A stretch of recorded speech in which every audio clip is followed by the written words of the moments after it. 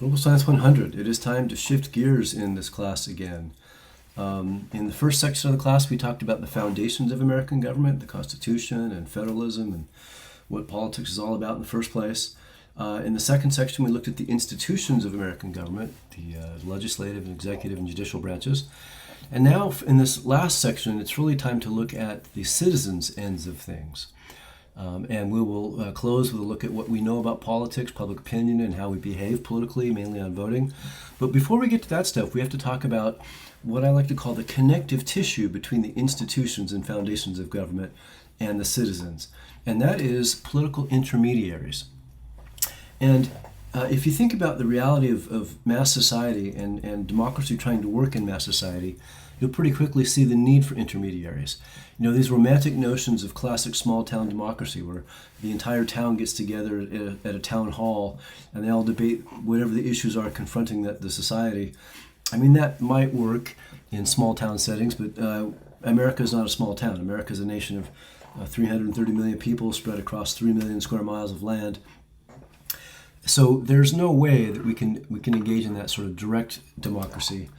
What we have to do instead is there needs to be intermediaries. There need to be these organizations and institutions that connect the people to government and help organize government. They are necessary to inform us about what government is doing and to organize and mobilize us. They're really the solution to a collective action problem, that of coordination.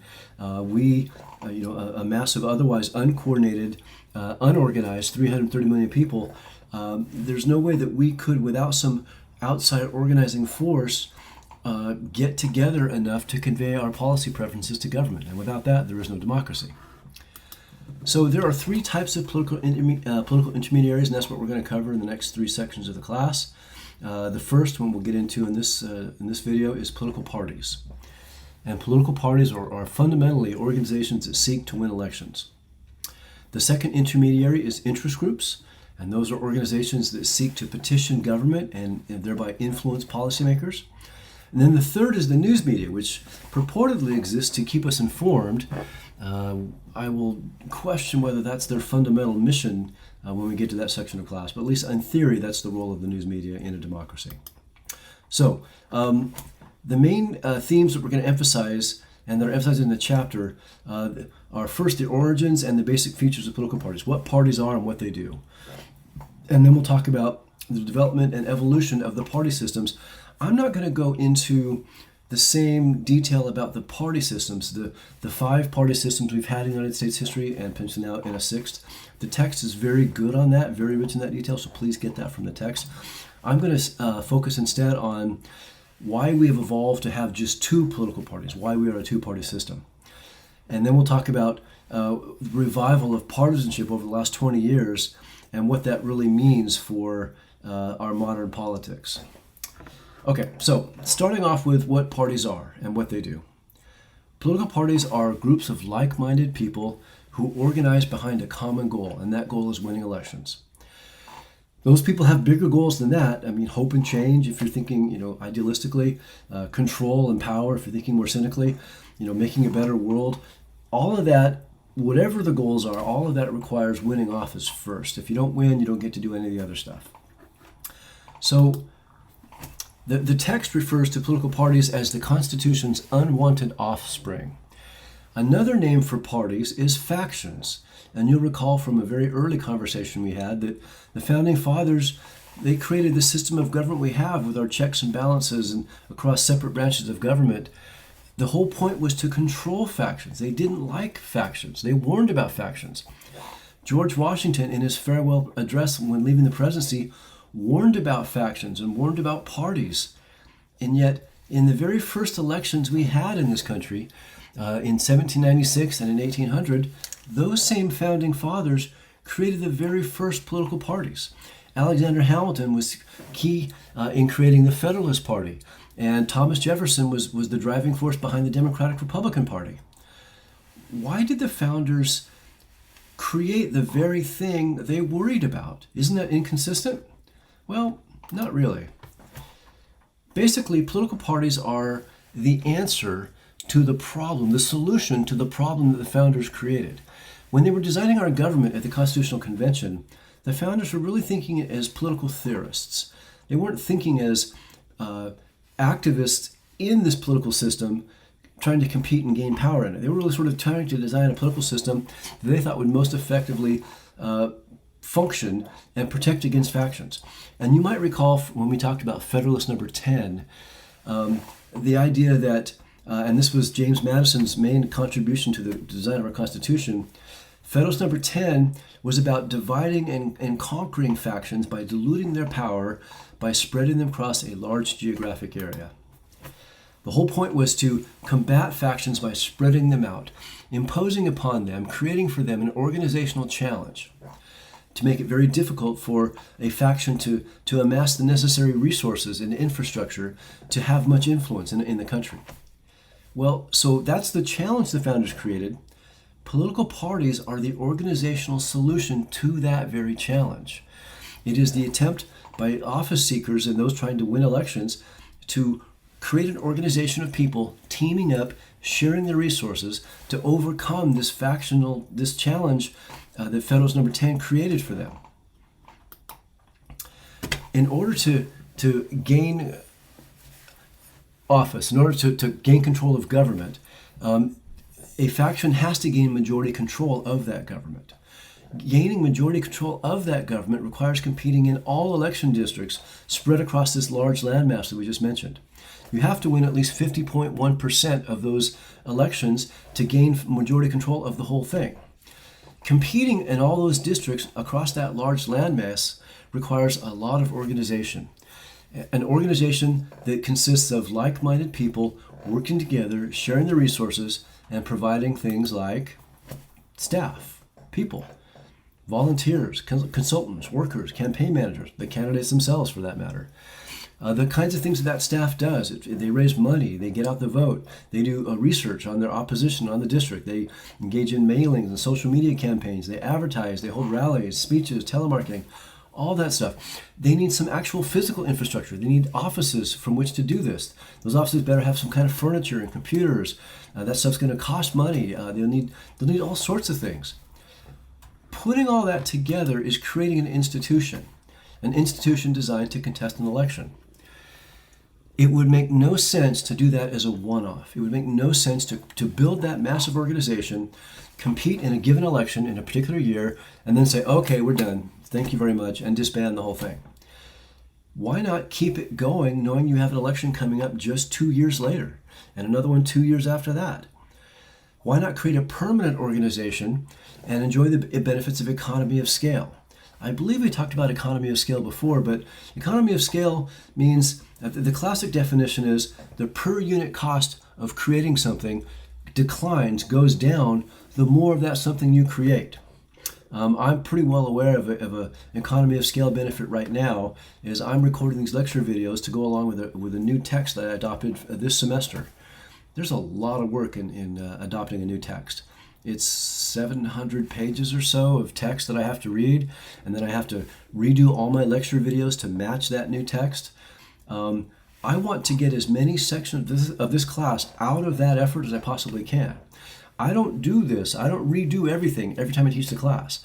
I'm gonna retire 2 years from now. I hope I'm gonna get the rest of my Poli-Sci 100 sections for the rest of my career out of this effort. And the amount of effort that I put in, if you think about it per class, it goes down depending on how many classes I get out of it. To do this for one class would be a huge effort. But if I get 15 classes out of this effort, then it makes it worth it. That's the same thing. That's the same exact logic as we're talking about in terms of creating this massive institution to contest elections nationally by pulling together all the resources of like-minded people. And if you create a permanent institution that is designed to contest elections and win elections, that is a political party. That's exactly what a political party is. It's a standing, permanent institution that was created to contest elections. It is not disbanded after a given election. It is continued on until the next one. But why do we have only two? I'll show you a slide in a little bit that shows what an outlier we are. Most democracies have more than two political parties. We are on the extreme end of the spectrum in terms of having only two. We've always had only two. Now, yes, technically there are smaller political parties in our system, but they never win. We have two parties that are viable, two parties that are competitive, two parties that have a chance of winning elections. And to understand American democracy, and in fact to understand a great deal about why we're in the polarized situation in this country we are in right now, you have to understand why we have a two-party system. So let's get into it. It's a law. Political science is a science. We have hypotheses, and those hypotheses we spin out of bigger theories, and we collect data on those hypotheses. And sometimes the data supports the hypothesis, which bodes well for the theory. Sometimes it doesn't, which suggests we need to maybe revisit the theory. That's the same kind of scientific process that every other science follows, whether it be the physical sciences or the social sciences, it's all the same. Political science is very much of a science. And we even have a law above theory, a law. And that law is Duverger's law. And I have given you just the shorthand here. SMDPE leads to 2PS. What that means is single-member districts with plurality elections produces a two-party system. I will go through that in some detail. You don't have to get all that right now, but I'll show you what I mean. It's our election rules. We have what are called first-past-the-post plurality election rules with a winner-take-all system. Under our system of election rules, to be a viable political party, you have to have a credible shot at coming in first place. If you don't, there's very little incentive to vote for you. Because of that, people who might otherwise support smaller fringe political parties have to do some thinking. They have to vote strategically. And we're going to go through several examples of this, but I'll just sort of lay it out there to start with, and then we'll get into detail in a second. If you are very environmentally conscious, you might like to vote for the Green Party candidate in American elections. And you're perfectly free to do so. But you got to know, if you have any sense of how elections turn out in this country, that the Green Party candidate's not going to win. One of the two major party candidates, either Democrat or Republican, is going to win every major election, and by major I mean every national election for sure, Congress and the presidency, most state elections by a long shot. There might be a few odd Green Party members elected to local city councils and things like that. But by and large, if you support the Green Party, you'd probably best hold your nose and vote for the Democratic Party, because the Democrats are closer to the Green Party in terms of their approach to the environment and climate change than the Republican Party is. If you were to vote sincerely and vote for a Green Party candidate in a national election, what you're doing is taking away a vote that could have gone to the Democrats, which actually helps the Republicans. If you're green, a Republican is the last thing you want in office, and yet by voting green, you're helping them. Similarly, if you lean libertarian, meaning you want the smallest government possible and the least amount of regulation in your economic life and your social life, you could vote libertarian. There will be a libertarian candidate on the ballot for most elections, but the same logic applies. The libertarian's not going to win. So you'd better hold your nose and vote for the closest thing, the Republican candidate, because if you don't, you're actually helping the thing you want the least, the Democratic Party. So there is a danger in voting sincerely under our system, and we'll talk through how that works and why that is. Here's an example. Suppose that we all go out for pizza. Let's say there's 100 of us, and we decide at the end of the semester that we've had a great time in Poli Sci 100. Let's go out and celebrate the end of the class. Or maybe you've had a horrible time in Poli Sci 100, and you're really happy to celebrate the end of the class. Let's go to order some pizza.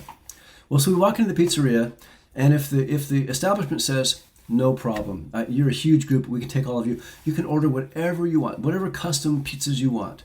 Well, if that's the case, then those of you who are vegetarians, you can get a vegetarian pizza. Those of you who are a little mixed up in the head and you think that anchovies are good, you can order anchovies on your pizza. No problem. But what if the restaurant says, hey, there's too many of you here. We can't make custom pizzas for all of you. We will make pizzas to feed all of you, but you got to pick one, and you all got to go with that pizza. In that case, pretty obviously, it's very unlikely that the group consensus among all of us who are out for pizza is going to be veggie or anchovy. There's no way that's going to be the consensus choice of the group. If we hold a vote, neither of those are going to win. Clearly, the most likely contenders for the most popular pizza will be cheese or pepperoni. Well, think about then your choices then if you're a vegetarian pizza lover or an anchovy pizza lover. If you vote sincerely for a vegetarian pizza, you're going to lose for sure. You will have wasted your vote. If you vote strategically for cheese, you're not getting veggie, but at least you're avoiding your worst possible outcome, which is meat on your pizza in the form of pepperoni. So you'd probably better think that way. Flipping it, if you'd really like anchovies, you probably ought to at least go for pepperoni, because then you get something on your pizza besides just cheese. It's not what you wanted, but at least you avoid a completely plain just cheese pizza. Most people realize this, and it doesn't take very long. And after just a couple of elections, we will devolve into a two-pizza system. The minor pizzas have no hope of winning.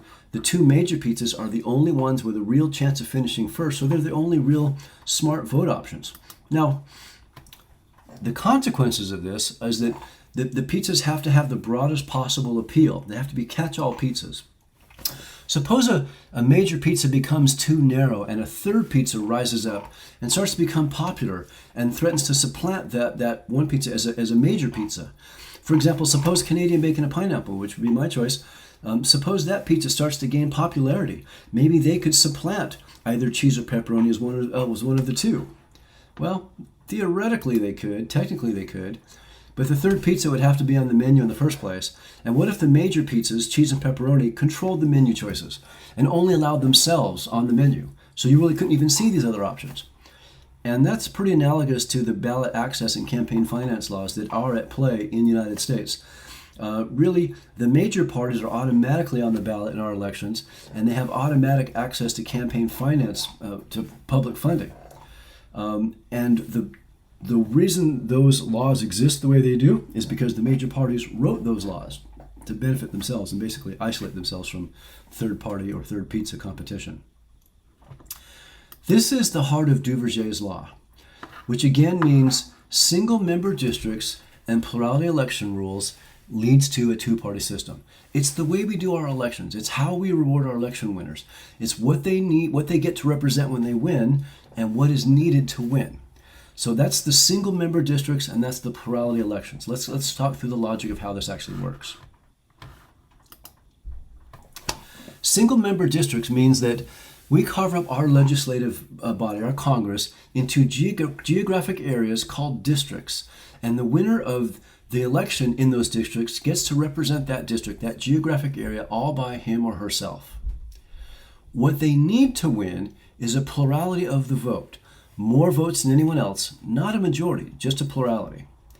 And I hope this will make some sense with the following illustration from the animal kingdom, which I have right here, and hopefully it's lined up okay. Check this out. Welcome to The Problem with First Past the Post Voting, explained by me, CGP Grey. The royal family has a problem, but this isn't just any royal family. These are the lions, rulers of the jungle since time immemorial. There are protests over the monarchy's absolute power, and the citizens of the animal kingdom want a say in how they are governed. Bending to the pressure, Lion has abdicated his crown, and King is to be an elected office. To ensure a smooth transition, and because she is craftier than her husband, the Queen Lioness is remaining on the throne with the power to set the rules for all elections in her kingdom. She has declared that all citizens get one and only one vote, and that the candidate with the most votes wins the crown. This method of voting is most often called first past the post, awkwardly abbreviated as FPTP, or winner take all. The system is simple, fair, and logical, right? Actually, no. It's a terrible, terrible idea. Why? Well, to see the problems with first past the post, let's watch the first election unfold in the animal kingdom. It's an exciting time for the burgeoning democracy, and 7 hopeful candidates come forward to run and represent their parties. They put on their best campaigns, citizens head out to the polls, and the votes are counted. The results come in as follows. Turtle gets 9% of the vote, monkey gets 18, gorilla gets 19, owl gets 13, leopard gets 20, tiger gets 15, and snake gets 6. Under the rules of first past the post, leopard is crowned the winner, and she gets to rule for the length of her term. But take another look at the results, and you'll see the first problem with this system, minority rule. The vast majority of citizens, 80%, wanted someone else as king, but leopard still won. There were only 7 candidates in this race, but if you imagine if there had been 20, she might have only gotten 5% of the vote, but still been elected. This problem of minority rule is only the beginning. The second problem with first past the post is that, given enough time, it results in an inevitable, unavoidable two-party system. Why? To see, let's watch what happens over several election cycles. Leopard has had her term in office, and it's again election time in the young democracy. Only now, all the citizens of Animal Kingdom remember the results from last time. This information changes how they'll behave, particularly snake and turtle voters, who must face the reality that they backed unappealing extremist candidates who don't have a chance of winning. Turtle voters, who were unhappy under leopard rule, decide to back the candidate who has the best chance of winning, gorilla. Now, snake voters want to vote for tiger, who is the candidate they have the most in common with, but they're afraid to because leopard is running a negative campaign against her competitors. Snake voters, not liking the idea of gorilla rule, vote strategically for leopard. The final result looks like this, with leopard getting 26% of the vote and gorilla getting 28%, making him the new king. Snake and turtle, seeing their dismal results and knowing the cost of their campaigns, decide to drop out of future races. What started out as a 7-party system is now down to 5. Fast forward to the next election. Only 5 candidates run, and again the voters remember what happened last time. In this election, it's owl voters who recognize that their candidate cannot win. They are centrist voters and less ideological than the rest of the animal kingdom. As such, they don't really like gorilla or leopard. Both gorilla and leopard know this, so they each run negative campaigns to capitalize on the fears of the centrists. Owl voters split their vote and are mostly voting against the candidate they dislike rather than supporting the candidate they do like.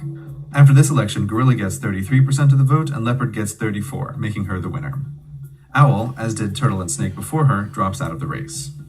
In the last election we'll look at, monkey and tiger voters are unhappy. They both really like the candidates they have supported, but they now have to compromise. Monkey voters agree with gorilla on few issues, but they really don't like leopard. And tiger voters agree with leopard on some issues, but they really don't like gorilla.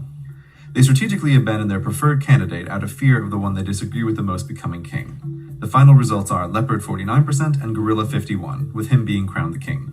Monkey and tiger are the last candidates to drop out, and now the animal kingdom is left with a 2-party system.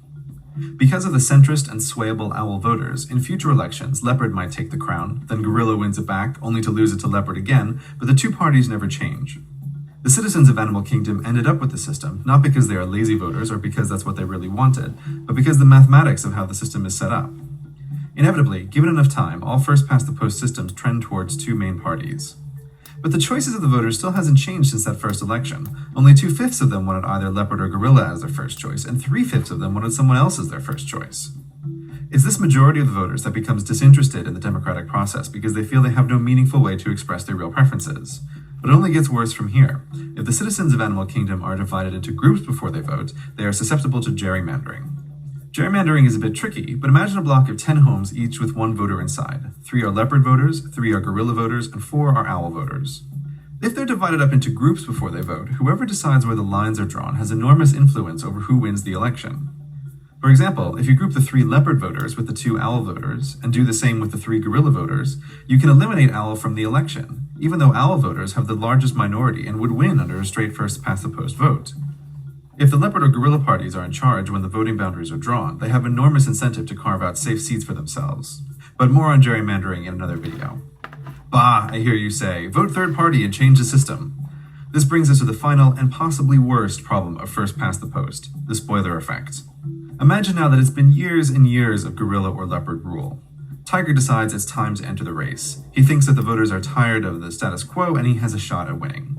He sets up his campaign office, gets a surprising amount of gold and donations, and gets on the Animal News Network to debate with the main candidates. Election night comes around, but alas, Tiger gets only 15% of the vote, mostly from leopard voters who are closest to him on the political spectrum. Gorilla easily beats leopard and gets to be king. This is the first-past-the-post system at its worst. The better a third-party candidate does, the more it hurts its own voters by guaranteeing a loss for the party they most agree with and a win for the party they most disagree with. And don't forget, Gorilla is no fool. He knows how the system works. Where do you think some of those gold donations came from?